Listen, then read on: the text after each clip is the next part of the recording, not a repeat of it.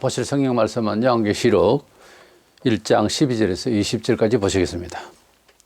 몸을 돌이켜 나에게 말한 음성을 알아보려고 돌이킬 때에 7 금촛대를 보았는데 촛대 사이에 인자 같은 이가 발에 걸리는 옷을 입고 가슴에 금띠를 띠고 그의 머리와 털의 희기가 흰 양털 같고 눈 같으며 그의 눈은 불꽃 같고 그의 발은 풀무불에 단련한 빛나 주석 같고 그의 음성은 많은 물소리 같으며 그의 오른손에 7별이 있고 그의 입에서 좌우에 날성금이 나오고 그 얼굴은 해가 힘있게 비치는 것 같더라. 내가 볼 때에 그의 발 앞에 엎드러져 죽은 자같이 되매 그가 오른손을 내게 얹고 이르시되 두려워하지 말라. 나는 처음이요 마지막이니 곧 살아있는 자라. 내가 전에 죽었었노라. 볼지어다 이제게 세세토록 살아있어 사망과 음부의 열쇠를 가졌노니 그러므로 네가 본 것은 지금 있는 일과 장차 될 일을 기록하라. 네가 본 것은 내 오른손이 7별의 비밀과 또 7 금촛대라. 7별은 7 교회의 사자여 7 촛대는 7 교회니라. 아멘. 10절에서 사도 요한이 큰 성령님의 감동을 받고 큰 소리가 들려서 뒤로 돌아볼 때에 재림하실 예수 그리스도의 영광스러운 모습을 보게 됐습니다. 아주 순간적이지만은 기록은 상당히 자세히 되어 있죠. 그 모습 앞에서 너무나 놀라서 이제 하나하나 살펴보고 놀랬다기보다는 그 영광스러운 모습 앞에서 그는 쓰러지고 말았습니다. 어쨌든 천국에는 인식의 속도라 할까? 우리가 부활하게 되면 하나님의 나라에 가서 어떤 사람을 인지한다고 하는 것은 상당한 시간이 이 세상에서는 필요하지만은 주님의 부활을 보고 그 자리에서 그 영광 앞에 쓰러졌지만 기록은 이렇게 상세하게 보려면은 상당한 시간이 필요한 것 같은데 그렇지 않았을 것입니다. 딱 보자 머리끝에서 발끝까지 보고 바로 쓰러졌을 겁니다. 우리가 하나님의 나라에 가면 인지의 그 속도가 빨라서 누가 누군지를 얼른 알 수 있고 어떻게 살아온 것까지도 얼른 읽을 수가 있을 거예요. 어쨌든 재림하실 예수 그리스도의 모습은 예수님께서 이 세상에 계실 때와 많이 달랐습니다. 먼저 예수 그리스도의 재림의 그 모습은 7 금촛대 사이에 계신 예수님이 나타나신 것입니다. 그래서 우리가 예수님께서 지금 어디에 나타나시는가 이렇게 이제 설명들을 할 때에 교회에서 나타난다 또 이렇게만 말들 하는데 그것은 아니고요. 사도 바울이 예수님 만날 때는 어쨌습니까? 개인적인 은혜이지 않습니까? 사도 바울은 아주 교만이 충천하고 그래서 그는 예수님을 믿는 사람을 핍박하러 다닐 때에 다메섹 도상에서 정오에 햇빛보다 더 밝은 빛으로 공중에서 나타나셨어요. 이 그림은 내가 너보다 높다 이거죠. 그리고 태양 아래, 해 아래 모든 사람의 모든 능력과 모든 일들이겠죠. 태양보다 더 밝았다 이래 되는 거죠. 그래서 개인적으로 그가 예수님을 만났을 때는 그의 개인적 부르심을 위해서 다메섹 도상에서 그를 만나 주셨습니다. 우리가 이럴 수가 있습니다. 길을 가다가 주님이 길에서 이렇게 만날 수도 있고요. 여러 그 환경 따라서 또 개인적인 어떤 차이가 있겠죠. 어쨌든 사도 바울은 그렇게 개인적인 은혜를 받을 때에 공중에서 이렇게 나타나 보이시는 모습으로 나타났습니다만 사도 요한은 이 말세 교회를 위해서 주님께서 계시하시려고 하는 뜻이 있어서 그래서 7 금촛대 사이에 이렇게 계신 예수님으로 나타나 보인 거예요. 그 이후로 계속 그렇게 보인다기보다 사도 요한에게 이건 개인적 은혜의 체험이 아니고 공적인 교회 공적인 계시를 위해서 보여주시려고 하니까 그런 분위기가 교회를 상징하는 7 금촛대 사이에 나타나신 예수님으로 보였다는 거죠. 성경을 읽을 때에 지명이라든지 사건이라든지 무슨 의희도 그렇고 문장도 그렇고 모든 얘기들이 전부 안에 내면에 통일된 하나님의 뜻이 있어요. 그래서 바울에게 나타나실 때와 그리고 사도에 나타나실 때의 입장이 다르다는 거죠. 개인적인 은혜와 공적인 은혜를 위한 예수님의 자리가 다르다는 거죠. 그렇게 알아야 되겠습니다. 7 금촛대 사이에 나타나시다는데 12절 13절에 보면 일곱 금촛대를 보았는데 촛대 사이에 인자 같은 이가 그랬어요. 인자는 예수님의 별칭인데 사람의 아들 예수님 별칭인데 우리 예수님께서 정말 사람 중에 사람이죠. 첫째 아담은 이제 실패를 했고 원죄를 짓는 바람에 그래서 참 인간으로서 오신다 이런 의미도 있고요. 너무 신성이 치우치니까 예수님께서 내가 사람의 아들이다 인자다 이렇게 또 굳이 말씀을 하셨는지도 모릅니다. 구약에도 그렇게 별칭으로 나옵니다만 이 일곱 금촛대 사이에 보았는데 했는데 이 금촛대는 촛대는 그때 당시에는 초가 없었으니까 등잔으로 번역을 하는 것이 맞을 겁니다. 구약시대 때 지성소 안에 성소 안에 그렇게 이제 일곱 등잔이 이제 뭉치로 이렇게 되어 있었죠. 출애굽기 25장 37절에 등잔 일곱을 만들어 그 위에 두어 앞을 비추게 하며 그래서 항상 제사장이 거기서 어두운 그 막으로 씌워져 있기 때문에 성소에 이제 일곱 뭉치로 되어 있는 그런 등잔에 불을 지펴서 항상 밝게 했습니다. 그것을 이제 우리가 연상을 하면서 그런 기초 안에서 우리가 교회가 이 세상을 밝히는 그런 존재임에 대해서 또는 우리 성도가 이 세상을 빛으로 인도하기 위해서 어두움의 세력을 물러가게 하는 역할을 하는 존재로서의 그런 이제 의미가 있죠. 그래서 성소 안에 등잔이 비추듯이 세상을 향한 교회는 빛을 비춰야 된다 그거죠. 보면 20절에 일곱 촛대는 일곱 교회니라 그렇게 말씀을 하셨고요. 또 성도를 마태오 5장 14절에 보면 너희는 세상의 빛이라 그러셨어요. 그래서 우리 교회 개인과 그리고 교회 공동체는 사회를 죄를 어둠으로 비유하잖아요.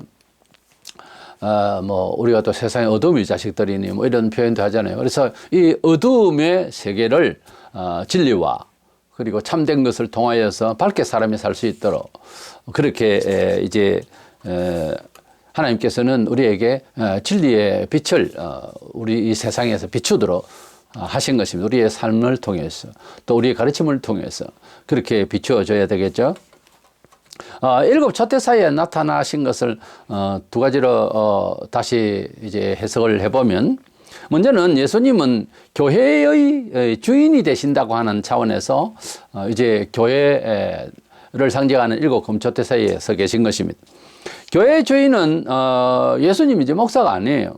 마태 16장 18절을 보면 내 교회 그랬습니다.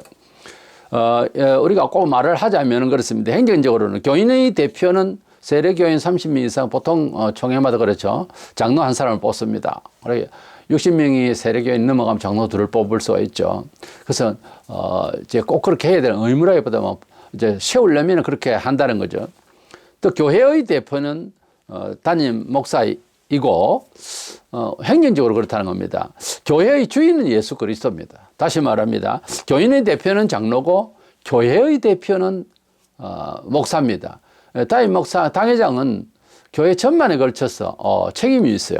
그리고 교회의 주인은 예수 그리스도. 그러니까 교인의 대표인 장로나 교인들이나 목사는 주인의 뜻대로 움직여야 되는 겁니다. 그래서 교회의 주인은 목사파, 장로파 뭐 이런 말 하는데 그 예수님파가 돼야 되는 거예요. 우리 개념이 짧기 때문에 우리는 이렇게 생각하고 저희는 저들이 생각한다 하는 개념이 서지만은 그는 그것을 하나 되게 해서 예수님께로 향하는 마음이 돼야지 그게 딱 갈라져서 우리 편, 남의 편 이렇게 끼리의 노름을 하면은 이거는 아무리 오른쪽에 하나 있어 보여도 그게 완전히 옳은 거 아니에요. 예수님 안에서 하나가 되어서 예수님 것으로 만들어야 되는 겁니다. 예수님은 우리에게 교회의 주인 되심을 보이시기 위해서 교회를 향한 말세에 교회를 구원하기 위해서 교인들을 경고하기 위해서 마지막 이 계시를 주시려고 할 때에 당신께서는 이 교회를 상징하는 일곱 금촛대에 서 계시면 교회의 관할은 예수님이 하신다는 거죠. 자기 거니까. 그러니까 그 안에 계시고 그 사이에 계신다고 하는 세밀하게 교회를 관찰하신다 그 말이에요. 또한 두 번째 이 모습에서 보여주는 것은 예수님은 교회 가운데 항상 함께 하신다. 이런 의미가 있습니다. 예수님은 교회를 사람에게 맡기신 것 아닙니다. 사람이 가지고 있는 공간과 시간의 한계를 이제 가지고 맡겨놓고 어디 떠나고 이런 차원이 아니에요.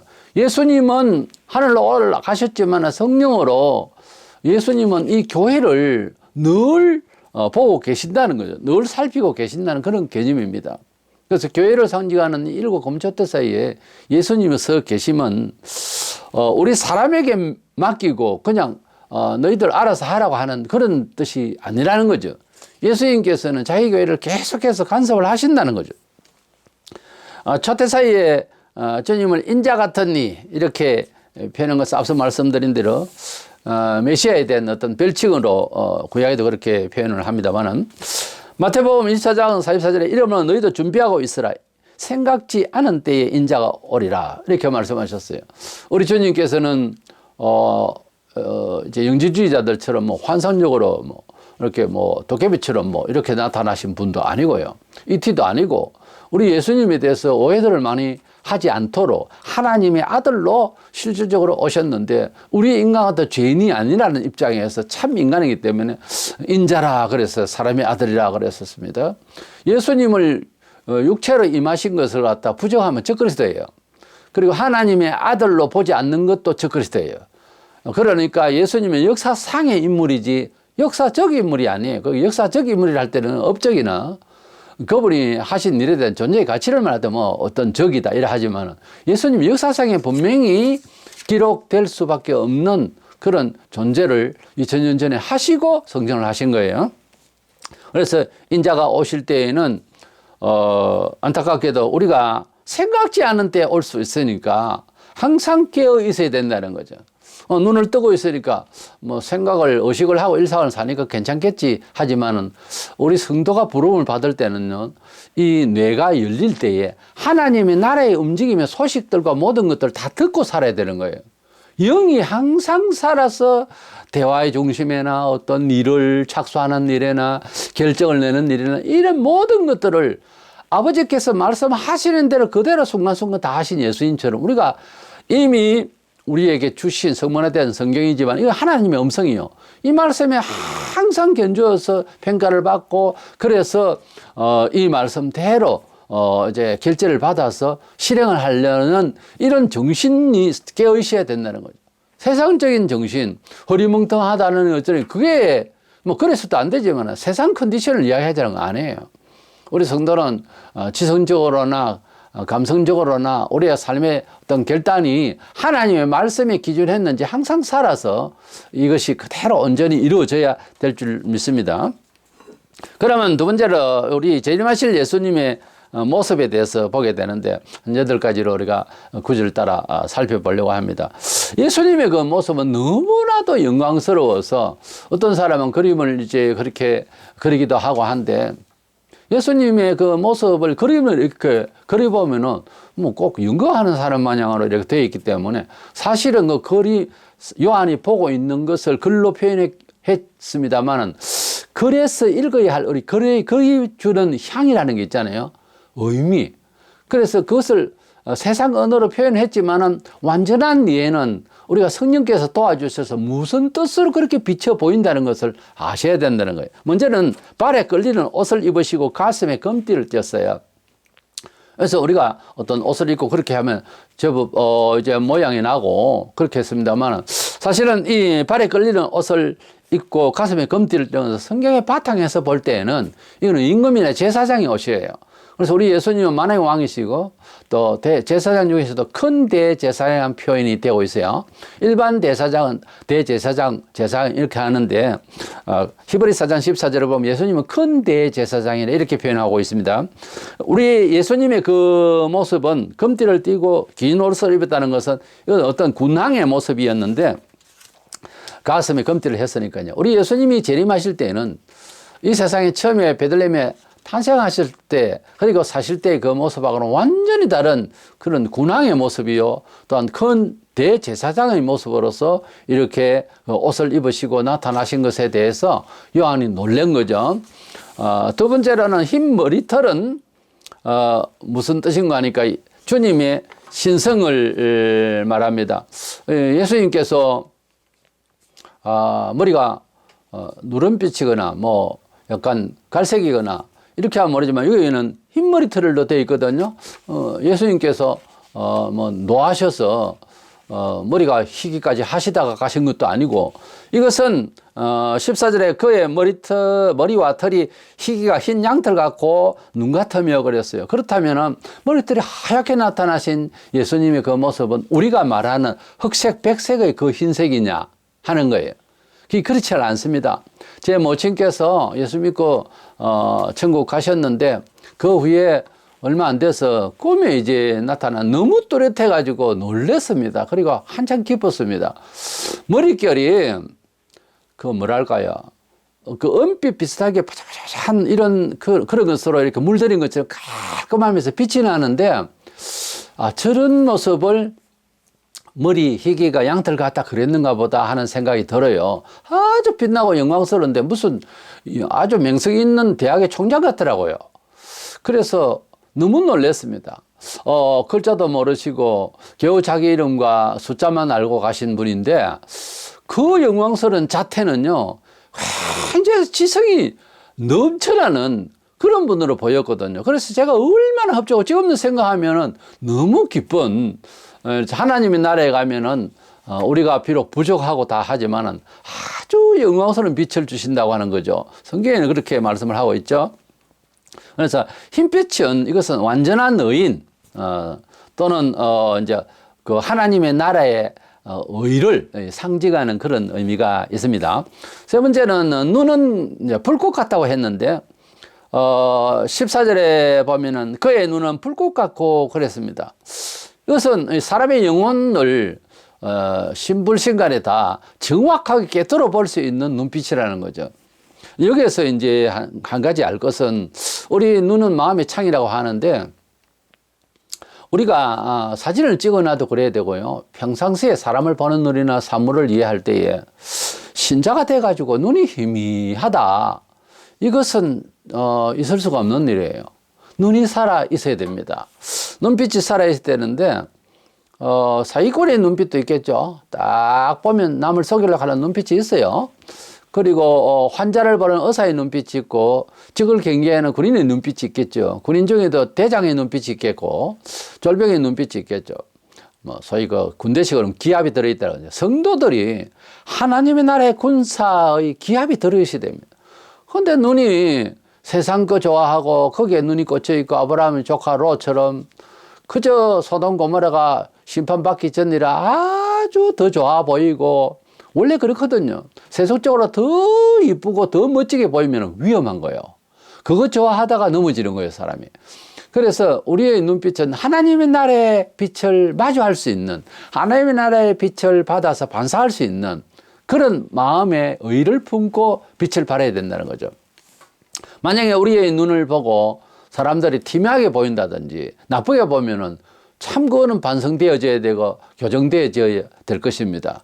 거울을 보면서 우리의 눈빛도 스스로를 보면서 주님을 살아가는 눈빛인지 봐야 되겠고요. 특별히 잠자는 눈빛이 되어서는 안 되겠죠.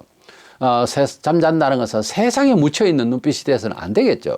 이래서 우리가 사람을 볼 때나 어떤 이해를 하는 그 눈빛을 상대가 볼 때에도 뭔가 희망이 있어 보이고 비전이 있어 보이는 사람, 이런 눈빛이 돼야 되겠죠. 예수님의 눈빛은 요한이 딱 직시할 때에 예수님의 눈빛은 불꽃 같다고 그랬어요.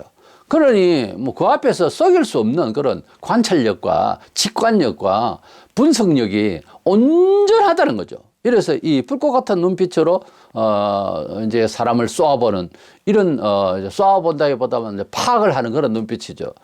그러니까 그런 눈빛은 남을 이제 경시하거나 그런 눈빛이 아니고 파악을 정확하게 한다는 거죠.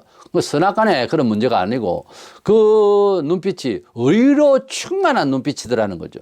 네 번째는 발은 빛나는 주석 같다고 했는데, 15절에 그의 발은 풀무불에 단련한 빛난 주석 같고 그랬어요. 주석 구리가 참 무겁죠. 그러면 발이 주석으로 되어 있나요? 무겁게? 그런 뜻이 아니고, 이렇게 무거운 발처럼 세상을 짓밟을 수 있는 엄청난 위력으로 서 계신 모습을 봤다 그거죠. 그래서 그의 발을 볼 때는 우리가 이제 체육인의 발, 이만기 씨의 발뿐만 아니라 축구하는 사람들도요, 허벅지하고 아주 돌이에요, 돌. 이런 그 장단지나 무릎이나 이런 이제 운동을 이제 아주 잘한 분의 그 발을 보면은 굉장히 그 서서 보면 이제 좀 범직하고 정말 믿음직하고 그래요. 우리 주님의 그 발 모습이 빛난 주석 같더라고 한 것은 색깔이 붉으더라, 구리 색깔이더라, 그런 뜻이라기보다 그만큼 무게 있게 이렇게 지상을 밟고 있고 교회 중에 있더라. 이 말은 그의 권위와 힘을 말해요. 그의 권세를 말한다니까. 예. 그래서 어떤 지배적인 어떤 힘을 가지신 예수님의 모습을 순간적으로 읽었던 거예요. 빌립보 2장 10절에 하늘에 있는 자들과 땅에 있는 자들과 땅 아래에 있는 자들로 모든 무릎을 예수의 이름에 꿇게 하시고 그랬어요. 우리 예수님께서는 이 세상을 사실 죽음에서 이겼으니까 결국은 다 이기신 거죠. 어떤 문화 형태든지 마귀가 역사하는 세상인데 그 마귀의 마지막 목표가 뭐예요? 죽고 멸망시키는 거예요, 사실은.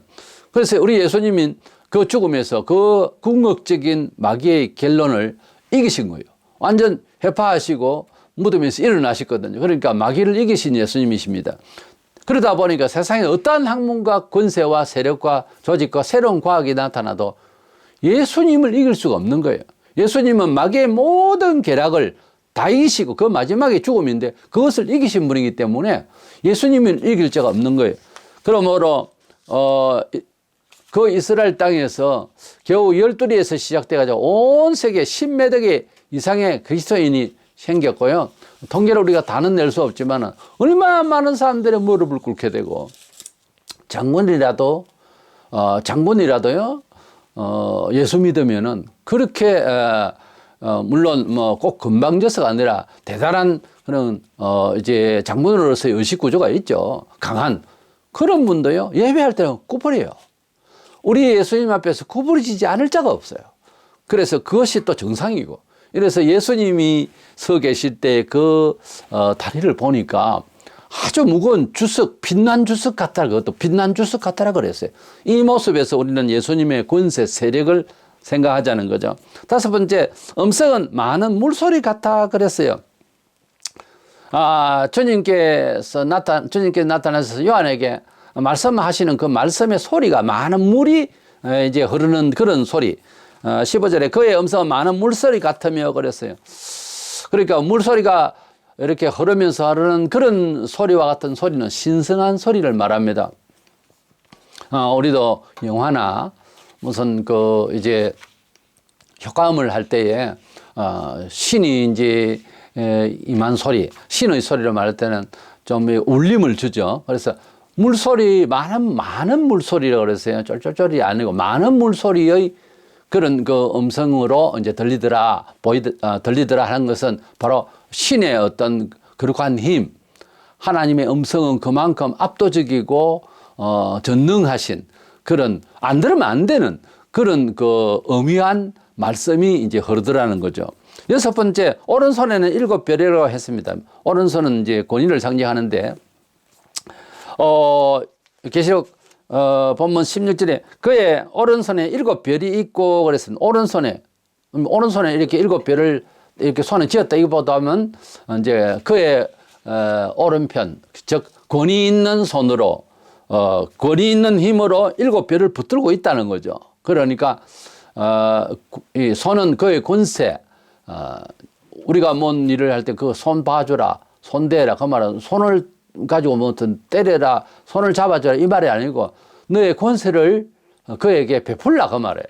그러니까 예수님께서 오른손으로 붙들다는 말은 그의 권세로 교회를 붙들고 계신다 그 말이죠.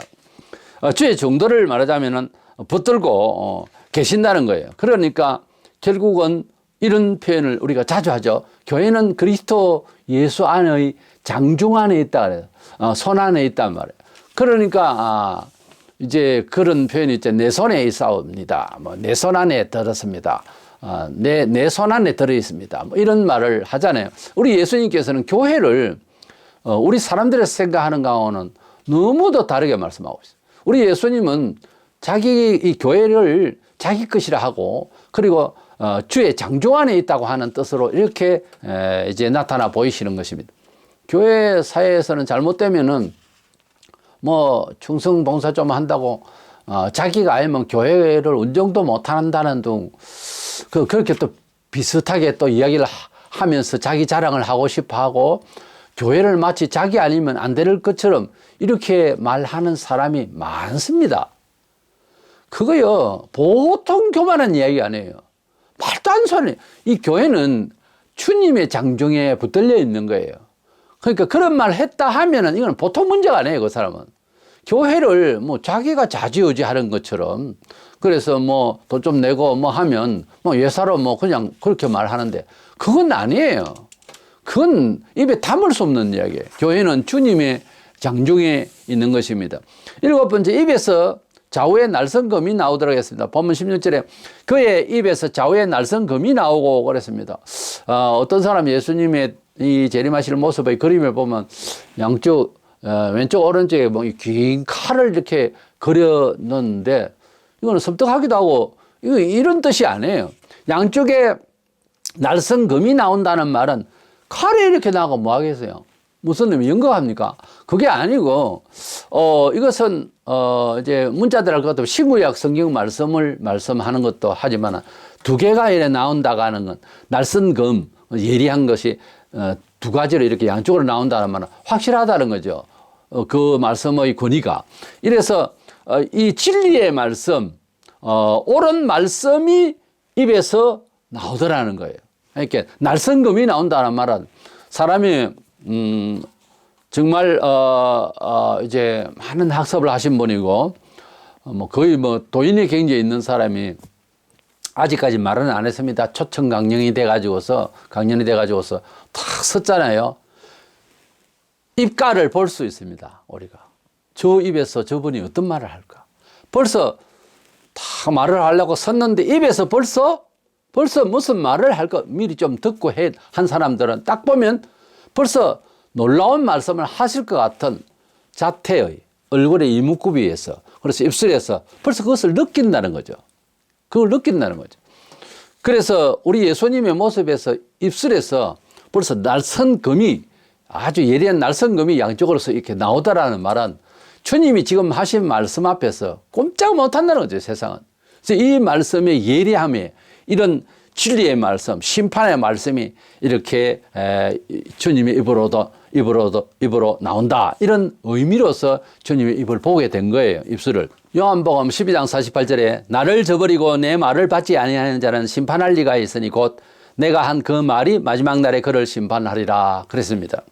이래서 예수님께서 하신 입술로 하신 모든 말씀, 이미 사복음서에 기록되어 있는 말씀, 기타 하나님의 이 말씀이라는 것이 신구약 성경에 하는 말씀이 종교를 취급하기 위한 도구 정도가 아니에요.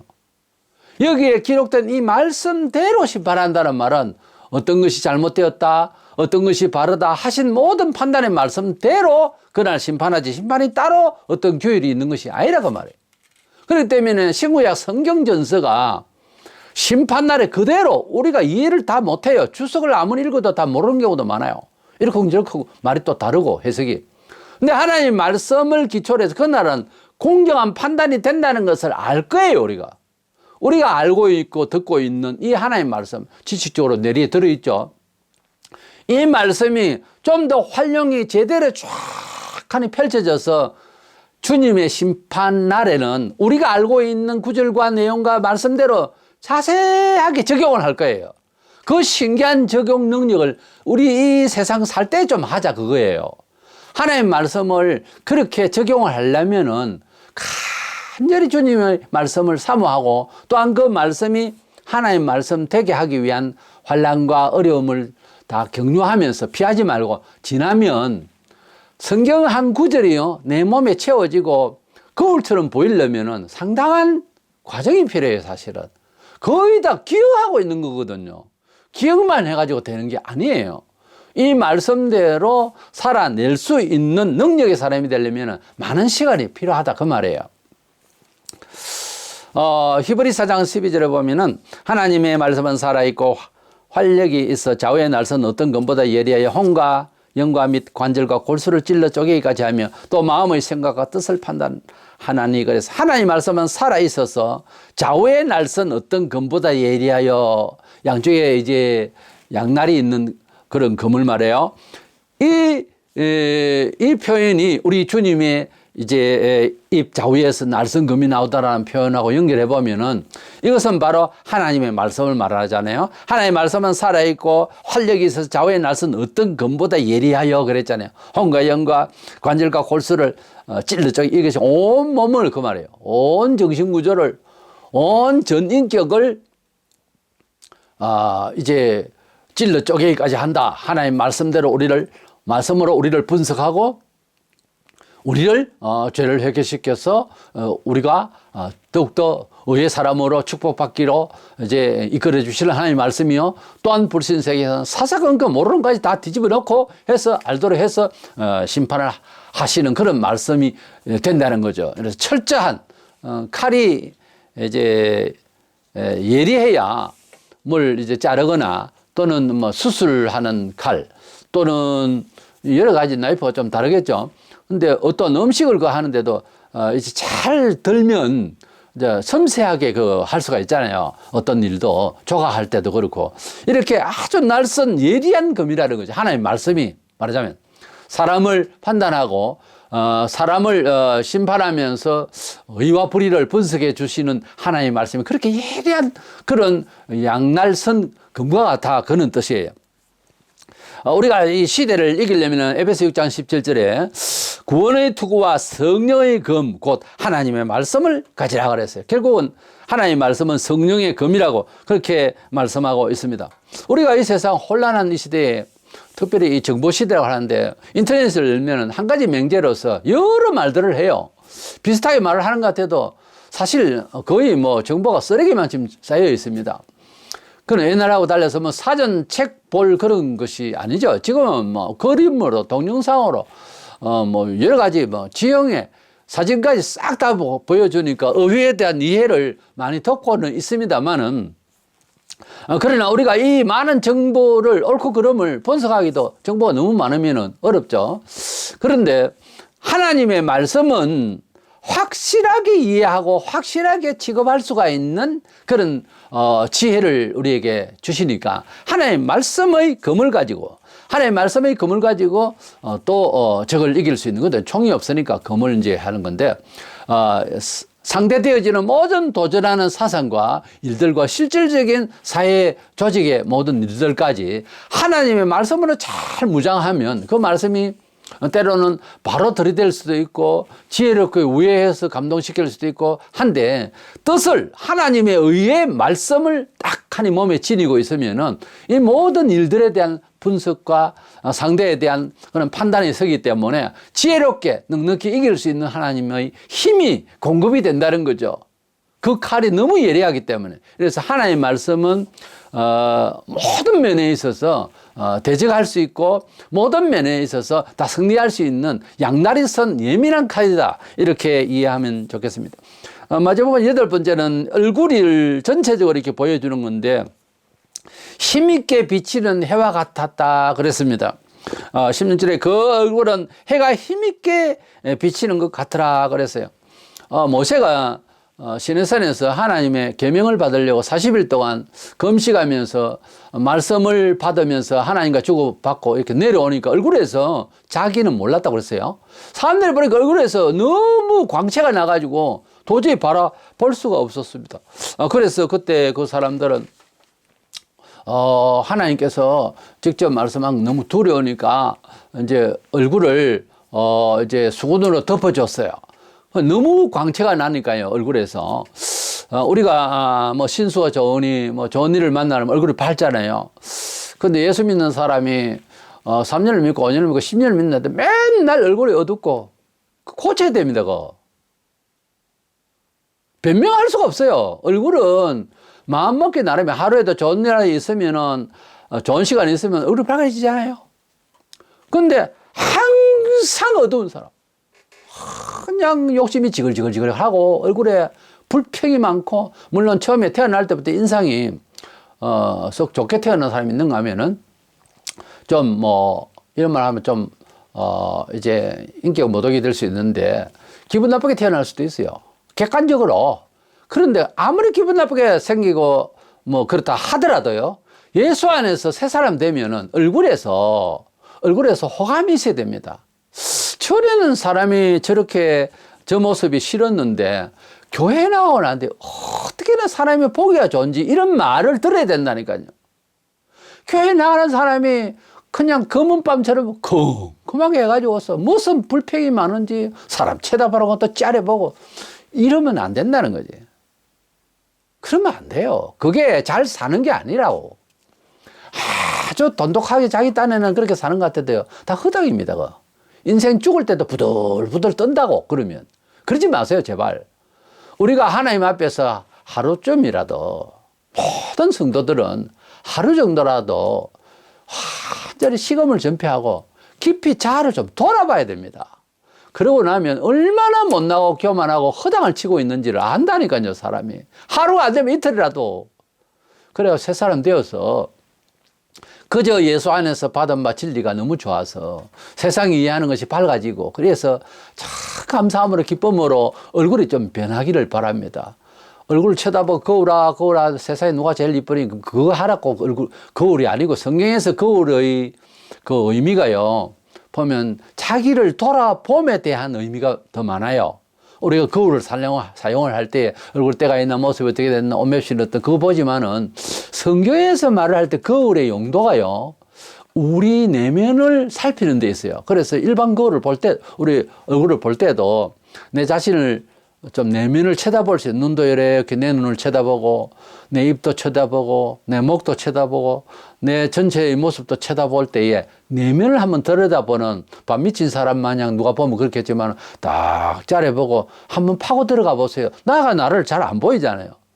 남은 나를 보는데 그러니까 거울 딱 쳐다보고 한 10분이라도 서서 한번 짜려보고 살펴보세요. 이래저래 뜯어보세요. 내 모습을. 그거 필요하다니까요. 저는 가끔 그래요.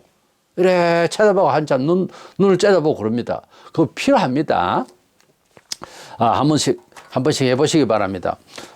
우리 주님께서 다시 오실 때의 그 모습은요, 얼굴이요, 너무 빛이 나가지고 해와 같이 빛나는 해보다 더 밝은 빛으로 나타나요. 그런데 그 모습을 이미 예고하시고 제자들과 3년 동안 지상에서 복음 전파를 하실 때에 한 번 그 모습을 보이신 적이 있어요. 마태복음 17장 2절에 보면 그들 앞에서 변형되사 그 얼굴이 해같이 빛나며 옷이 빛과 같이 희어졌더라 그 말이 있어요. 얼마나 놀랐는지 베드로하고 이제 사도들이 주여 여기가 좋습니다. 막 입에서 튀어나오는 게 이제 세상 살아봤죠. 지내봤죠. 해도 역시 세상은 세상이야. 그래서 주님이 환하게 빛나 주님 여기가 좋사하니 집을 지어가지고 여기서 삽시다. 그 정도로 사람이 막 정신을 잃었어요. 너무 좋아서. 그것은 주님을 우상시한다 이런 의미가 아니고 너무 좋아서 한 이야기다 이 말이에요. 내용 자체가. 그러니까 우리 주님의 얼굴을 보면 어떻다? 너무 좋아서 여기가 좋사오니 이렇게 된다니까. 자, 우리가 부활도 안 했습니다. 현재 가령 우리가 그리스도 안에서 어느 날 잡아가지고 천국 여행을 간다 칩시다. 이거 정말 있으면 굉장히 좋을 것 같아. 그래서 천국 가는 열차가 또 만들어졌다 칩시다. 타고 이제 주님께 이제 갑니다. 한참 동안 해가지고 올라가서 천국입니다. 이게 하고 문이 쫙 열리는데 전부 다 내렸어요. 다 내려서 주님의 모습을 이제 보게 된다 칩시다. 주님을 보러 와서니까요. 천당만 구경하러 온 놈은 그날 그 다음날 당장 지옥 가게 됩니다. 생각이 그 정도 같으면 주님의 모습을 보러 왔지 천당 어디 천국의 어떤 그거 아니에요. 주님이 없으면은 천국이 뭐 필요 있습니까? 그래서 주님의 모습을 보러 온다 이거야. 그래서 주님의 모습을 딱 봤는데 그 온화하심과 지혜로우심과 그 모습 앞에서 주여 여기가 좋사오니 다시 지구로 안 가고 싶어요. 전부 다 그렇게 말하게 되어 있어요. 그 얼굴이 좋아서 우상시가 아니고 너무 안정감이 오는 거예요. 쳐다만 보면 그냥 그 자리에서 주저앉고 싶다 그 말이에요. 아무 데도 가고 싶지 않다 그 말이에요. 그것이 예수 믿은 사람의 정서예요. 예수를 아는 사람의 양심이고 예수를 아는 사람의 지성이에요. 이 세상에서 예수와 바꿀 수 없는 것은 예수의 잘난 모습, 잘나지도 않았어요. 원래는 성경에 보면. 그런데 예수의 모습 앞에서 그 모습을 보자마자 그냥 그 자리에서 너무 좋아서 주저앉고 나 여기서 절대 안 간다. 이렇게 되는 거예요. 그것이지 돈 주세요. 직위 주세요. 안 나옵니다. 그 말이 그 앞에서는. 일단 봄으로서 끝난 거예요. 모든 것이 만족한 거예요.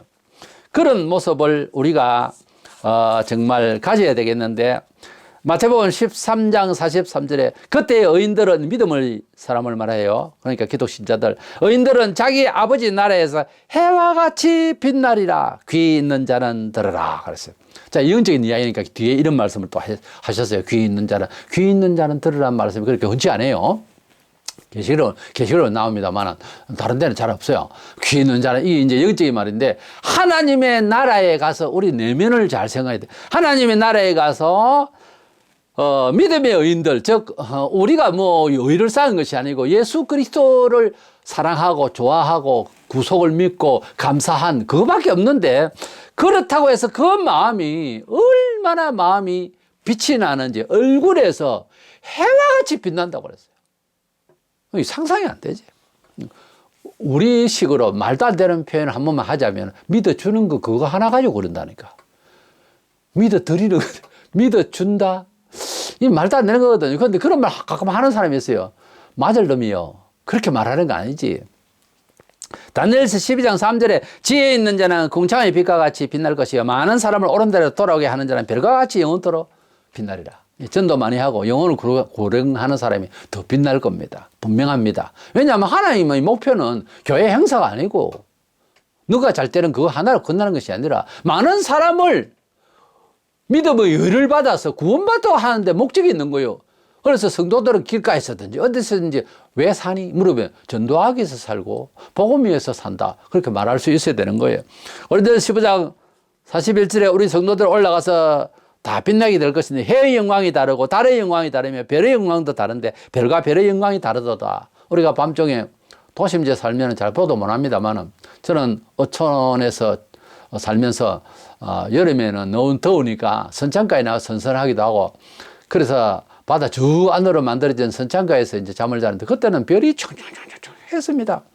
너무 별과 달과 이런 모습을 보면서 내가 살았는데, 지금 생각해 보니까 그 자연이 준 느낌은요, 거의 천상에 올라온 느낌이 아니었나. 그렇게 어린 시절을 보내거든요. 우리가 하나님의 나라에 가면은 별과 별들의 그 은하수도 다르고요. 빛이 다 달라요. 많이 빛나는 게 있고 적게 빛나는 게 있고. 한데 태양이 다르고 달의 이제 반사지만은 달의 빛이 다르잖아요. 별과 별들의 빛이 다르다. 천국에 가면은 예수 믿는 사람은 똑같을 것 같아도 안 그래요. 직분하고 상관없이 무슨 일을 했느냐 하는 거죠. 어떻게 살았느냐. 그 중에서 제일 빛나는 사람이 전도를 많이 한 사람입니다. 그리고 순교자고요. 하나님의 말씀을 증거하기 위해서 어떻게 살았느냐 하는 그것만 남지, 인생 우리가 살아보면 모든 것을 내 것으로 먹고 내 것으로 입고 내 것으로 챙긴 것은 죽을 때 되면 기억 하나도 안 난다 하잖아요. 그런 말들, 유언들이 많아요. 근데 죽을 때 기억나는 것은 남을 위해서 살았던 것은 기억이 난다는 거예요. 놀랍게도. 남을 위해서 쓰고 돈 쓰고 이런 것은 이게 손에 잡힌다는 거예요. 근데 나를 위해서 말들이 했든 어쨌든 이건 생각이 안 난다는 거예요. 인생 잘못 살면 허당이에요. 그러니까 주님의 뜻대로 살려고 하는 지성을 많이 가지시기를 바랍니다. 마지막 번째, 세 번째로는 사망과 음부의 열쇠를 가지시고 나타나신 모습인데, 이것은 사망과 음부는 지옥의 세력 아닙니까?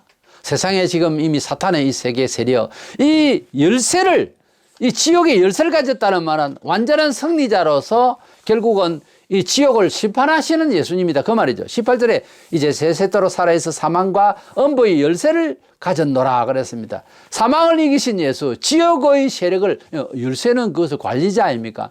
지옥의 세력을 갖다가 완전히 통제하시는 예수님이다 하는 뜻이죠. 그러면 이야기 끝난 거죠. 우리가 이 세상에서 사실 좀 의의 입장에서 보면 지옥 같은 세상이에요. 이 세상은.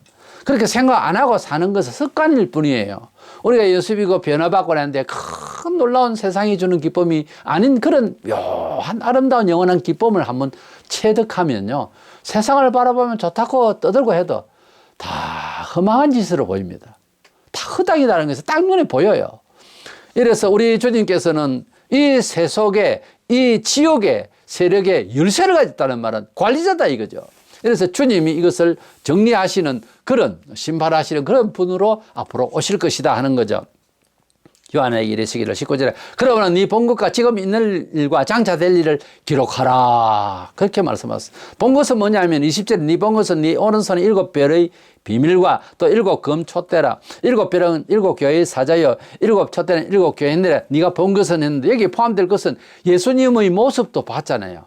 예수님의 모습을 봤고 네가 본 것은 지금 본 것은 우선 예수님의 모습과 그리고 7교회에 대한 그 내용들을 이제 보게 된 이 그림을 봤다는 거죠. 그리고 지금 있는 일은 교회 형편을 말해요. 7교회의 정황을 말합니다. 지금 있는 일. 그 다음에 장차 될 일은 6장 이하다, 4장 이하다 여러 가지 말을 하는데 4장 이하는 이제 거의 그 세대주의 휴거론자들 하는 말이고요. 성경에 본론이 나오는 것은 6장에서 18장까지인데 6장 이하의 계시의 말씀이에요. 그러니까 제가 첫 번째 설교에서 말씀드렸는데 1장에서 5장까지는 말세 계시를 위한 준비 작업이에요. 그 준비하기 위해서 이 출처를 이야기하기 위해서 1장이 나왔어요. 예수 그리스도의 계시라는 입장에서 예수 그리스도의 모습까지 이제 나온 거예요. 그럼 2장, 3장은 아시아의 7교회, 여러 교회가 있었습니다만은 선택된 교회들이 에베소 교회, 암모리자타, 에스버도, 사빌라 7교회, 라오디게까지 2장, 3장을 거쳐서 나옵니다. 4장, 5장은 천상에 올라가서 천상의 교회를 봅니다. 완벽한 교회, 성리의 교회, 하나님의 교회를 이제 사도가 보는 거예요. 그리고 6장부터 계시가 이제 열리는 겁니다. 그래서 지금 있는 일, 교회의 정황이고 장차 될 일은 6장 이하에 있는 장차 될 일도 너희가 이제 기록하라. 그렇게 말씀을 하셨어요. 이런데 이렇게 많이 설명을 해드렸는데 순간적으로 보기에는 갑자기 본 거예요. 아주 짧게 본 거예요. 그런데 그 딱 보면서 그 전체의 모습을 보면서 팍 쓰러진 겁니다. 뭐 구약에도 에스겔도 다니엘도 모든 사람들이 하나님의 존전 앞에서 다 쓰러졌죠. 우리가 높은 사람 또는 또 존경하는 그런 윗 어른 이런 분들만 자연히 고개가 숙여지고 그리고 또 어떤 큰 정말 특별한 어떤 일에 앞서가면 큰절을 해야 되는 이런 상황도 있죠. 우리가 문화에도 그런 게 있는데 일반 문화에도 우리가 주님의 모습 앞에서 그 어떤 강자라도 딱 보면 그 모습의 광채 앞에도 조심스럽지만 제가 누차 말씀드린 대로 광채의 과학적 빛이 아니고요. 사람을 쳐다보고 사람을 판단하시는 주님의 그 인격이 주님의 그 지혜로움이 주님의 바라보심이 우리 내면을 그냥 들여다보기 때문에 압도된다고요. 그래서 팍 쓰러져요. 그러면 우리가 아직 보지는 않았지만 어찌해야 된다? 겸손해야 되는 거지. 항상 엎드려야 되는 거예요. 항상 어차피 쓰러질 놈이요 우리가. 그러니까 미리 쓰러지라고. 미리 겸손하라고요. 자세부터 먼저 갖추라고. 그러면 주님이 정말 나타나셔서 더 납작하게 하실지 모릅니다. 이 세상 우리가 교회 중에 간증들을 들어보면 은혜 받은 사람은 다 하나님 앞에 쓰러지는 거예요. 참 나같이 못난 놈이 없다. 나 같은 죄인이 있을까? 전부 찬송 가사도 다 그래요. 나 같은 죄인 살리신 그 찬송 가사가 다 동일하게 의미가 우리 마음을 그렇게 감동을 주게 되는 것은 겸손할 수밖에 없더라는 거예요. 우리 예수님을 종교인 교주 막 그림에 보면 잘생긴 예수 그런 예수가 아니라 그 예수님은 나의 모든 내면을 다 아시는 예수. 우리 예수님은 모든 세상을 다 아시는 예수. 우리 예수님은 마귀의 세력까지 지옥의 세력까지 다 틀어잡고 역사하시는 예수. 이런 예수로 보면은 우리가 무슨 생각이 되었어요? 엎어져야 안 되겠어요? 우리가 쓰러져야 안 되겠어요? 그분은 놀랍게도 우리를 친구라고 하셨어요.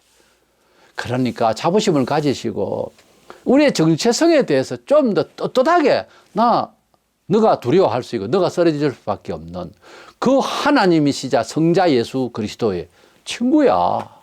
이 정도로 돼야 안 되겠어요? 남들에게. 특별히 볼 수 있는 얘기. 내가 친구 사이야. 그 예수가. 알아? 그 심판자 하나님이 나하고 친구라고 그랬어. 알아? 너? 정도가 돼야 된다고요. 당당해야 된다고요. 좀. 어떤 상황이라도 그래야 돼요.